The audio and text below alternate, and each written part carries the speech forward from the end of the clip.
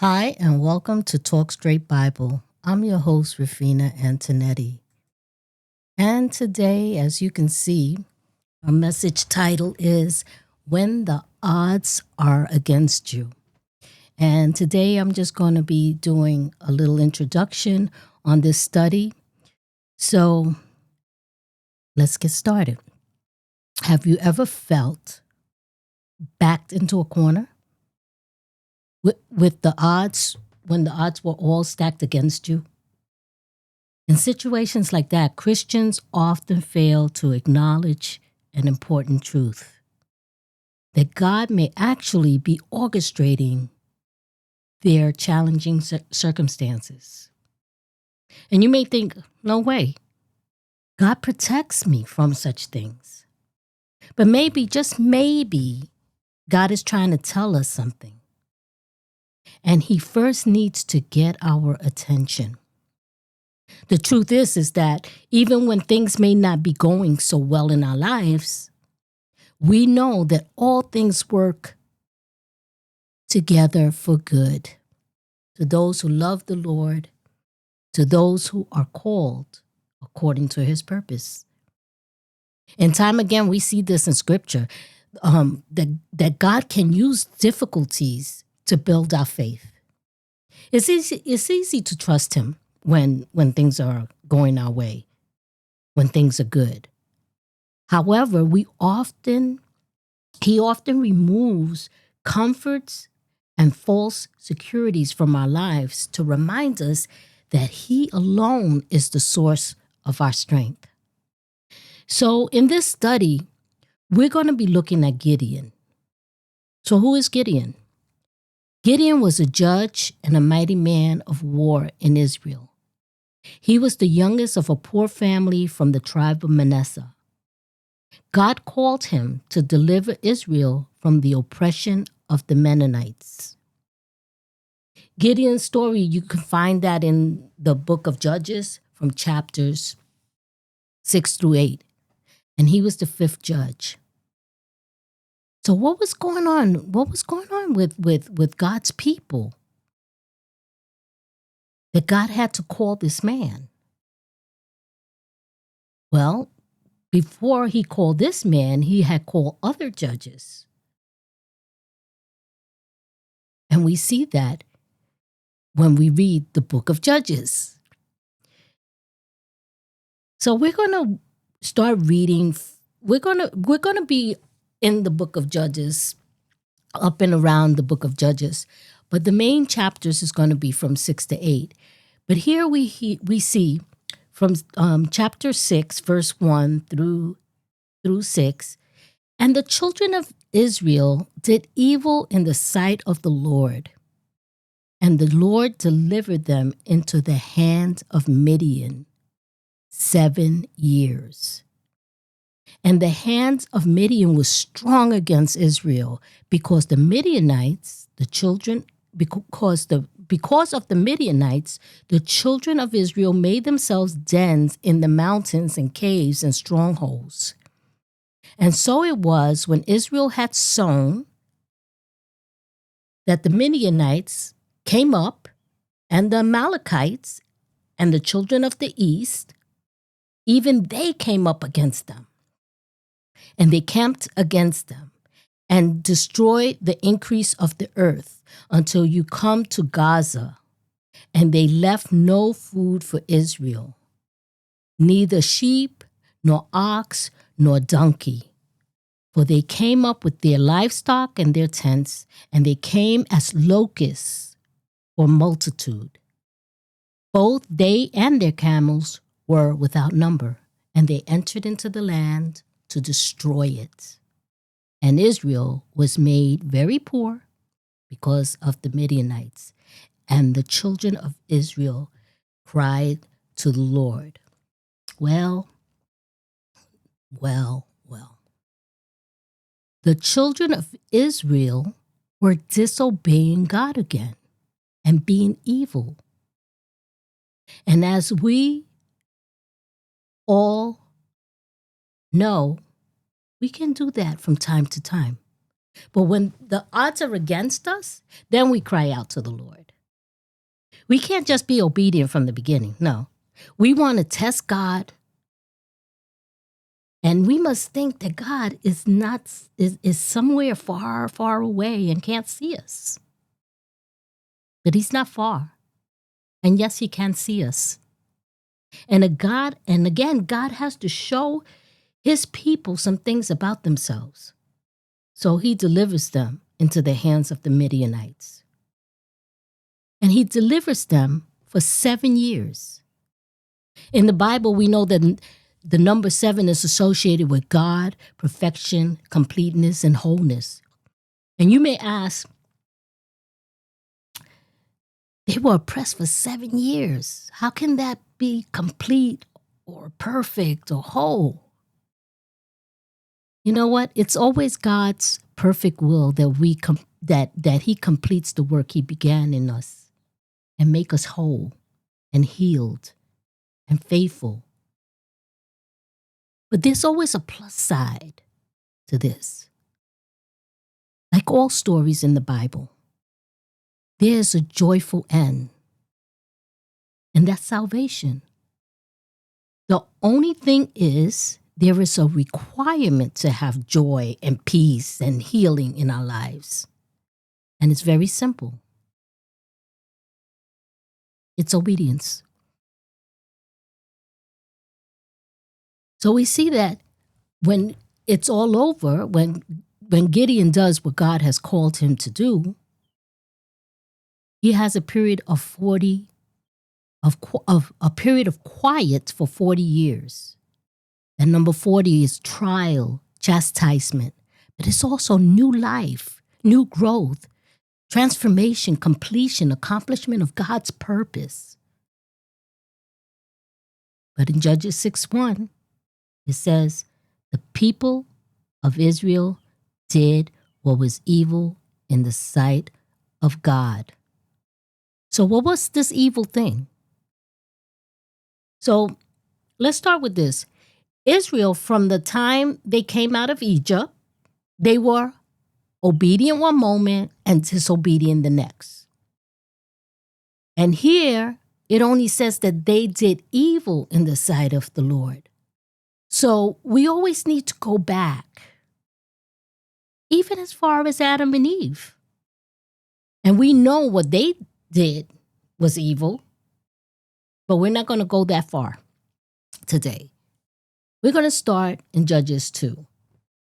And we find that the angel of the Lord came up from Gilgal to Bachem and said, I made you go up out of Egypt and have brought you into the land which I swore to your fathers. And I said, I will never break my covenant with you. And you shall make, remember there's a requirement, and you shall make no treaty with those who live in this land. You shall throw down their altars. But you have not obeyed my voice. What is this that you have done? And I also said, I will not drive them out from before you, but they shall be thorns in your sides, and their gods shall be a snare to you. And it came to pass, when the angel of the Lord spoke these words to all the children of Israel, the people lifted up their voices and wept. And they called the name of the place Bachem, the place of weeping, and they sacrificed there to the Lord. And we may look at this, and we have a tendency, many times, when we read the stories and the scriptures in the Old Testament, that they don't apply to us today. But that's incorrect thinking, because our nation is in shambles right now. The nation of Israel is in shambles. This world is in shambles because of this very thing. Disobedience. Worshiping other gods. And 1 John speaks it plainly. 1 John 2:16 says, because everything that is in the world, the lust of the flesh and the lust of the eyes and the pride of physical life and the love of money and power is not from the Father, but is from the world. So when the odds are against us, we cry and we make a couple of adjustments in our lives. Yeah, let me be good now. Okay? But listen to this. After Joshua dies, they became unfaithful again. See? When the cat's away, the mouse will play. You know that saying, right? And so, just because the man died doesn't mean that God is still not around. And they forsook the Lord and served Baal and Ashtaroth. And the anger of the Lord was hot against Israel, and he delivered them into the hand of the spoilers who spoiled them. And he sold them into the hand of their enemies all around, so that they could not any longer stand before their enemies. Wherever they went out, the hand of the Lord was against them for evil. As the Lord has said, and as the Lord has sworn to them, and they were greatly depressed and distressed. Oh yes, the Lord can cause calamities in our lives to show us some things. But yet, Judges 2:16, nevertheless, the Lord raised up judges who delivered them out of the hands of those who spoiled them. Isn't he gracious? And yet they would not listen to their judges, but they went lusting after other gods and bowed themselves to them. And they turned quickly out of the way which their fathers walked, for they had obeyed the commandments of the Lord. For they had obeyed the commandments of the Lord. These, however, did not do so. And when the Lord raised judges up for them, then the Lord was with the judge and delivered them out of the hands of their enemies all the days of the judge. For the Lord took pity because of their groanings, by reason of their oppressors and their crushers. He's so merciful. Even when we do wrong and he allows things in our lives to show us the lesson, and we cry out to him, he delivers us.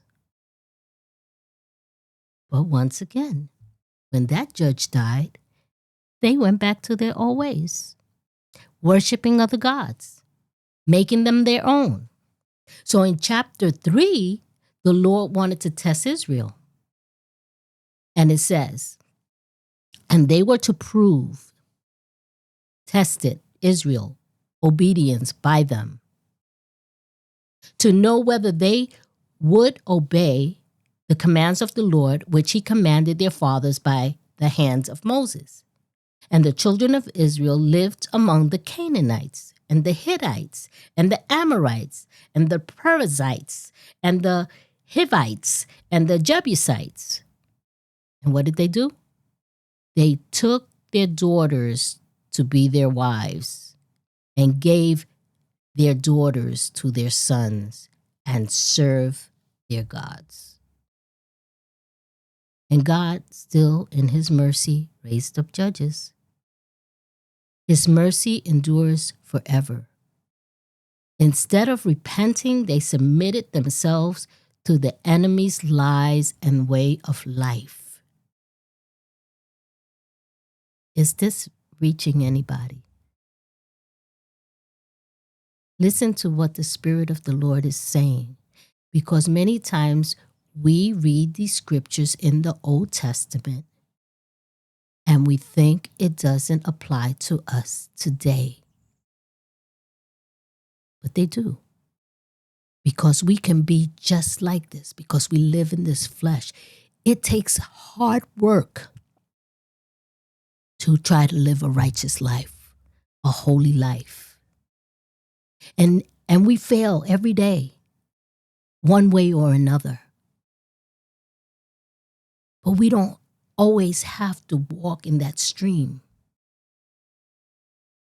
because God is there to lift us up and show us.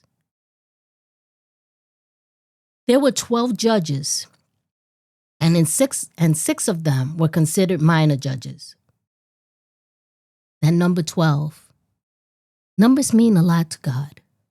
He had 12 judges, 12 tribes of Israel, 12 disciples, 12 gates and angels in the book of Revelation. 12, completeness, often associated with the perfection of order and government. There we go again. Completeness and perfection. Same as the number 7. So I just want to just briefly mention, before we get to Gideon, the judges that were before him. The first one was Othniel. He was from the tribe of Judah, the son of Kenza, and the period of oppression was 8 years. His enemy was Cushan, Rash-Hathaim, the king of Mesopotamia. And God gave them a period of quiet for 40 years. The second judge was Ehud. He came from the tribe of Benjamin, the son of Gera. The period of oppression, 18 years. Can you imagine being under a ruthless ruler for 18 years? The enemy was Elon, king of Moab, the Ammonites, and the Amalekites. But when they were delivered, they had a period of quiet for 80 years. And Ehud was the left-handed Benjamite who personally killed that king. The third judge, Shamgar. Now, Shamgar is not a Jewish name. It means foreigner or resident. And he was considered to be a minor judge, the son of Anath. And the period of oppression is not known, or the period of rest. So it's possible that he didn't even reign as a judge, but God used him just for that time to bring judgment upon the enemy, who at that time was the Philistines. He killed 600 men of the Philistines with an ox goad. And an ox goad is a long stick, like 6 to 8 feet long, with an iron spike or point on the end of it. And they would, and they would, as farmers, they would lead or guide their oxen, which gives us the idea that maybe he was a farmer and not a warrior. But let me tell you what 1 Corinthians says about people like this. 1 Corinthians 1:26-29 says, "For you see your calling, brethren, that there are not many who are wise according to the flesh, not many who are powerful, not many who are high-born among you. Rather, God has chosen the foolish things of the world so that he might put to shame those who are wise. And God has chosen the weak things of the world so that he might put to shame the strong things. And the low-born of the world and the despised has God chosen, even things that are counted as nothing, in order that he might bring to nothing the things that are, so that no flesh might glory in his presence." And with him, God delivered Israel. And number 4, Deborah, a woman, the wife of Lapitoth was a judge and a prophetess, and she came from the tribe of Ephraim. And the period of their oppression was 20 years. And their enemy was Jabin, Canaanite king. And God gave them a period of quiet for 40 years. So what happened after Deborah? Well, we see once again that God's precious people, they never stop. But God, in his mercy, continues to raise up leaders to show them the way. And even now, God, in his mercy, raises up leaders to show us the way. And God himself is our judge, and he is the one that we should look up to. Jesus Christ died for us, and he is the one that judges us now. So, we will continue with this study tomorrow, God willing. And thank you so much for being with us today. And until we meet again, Shalom.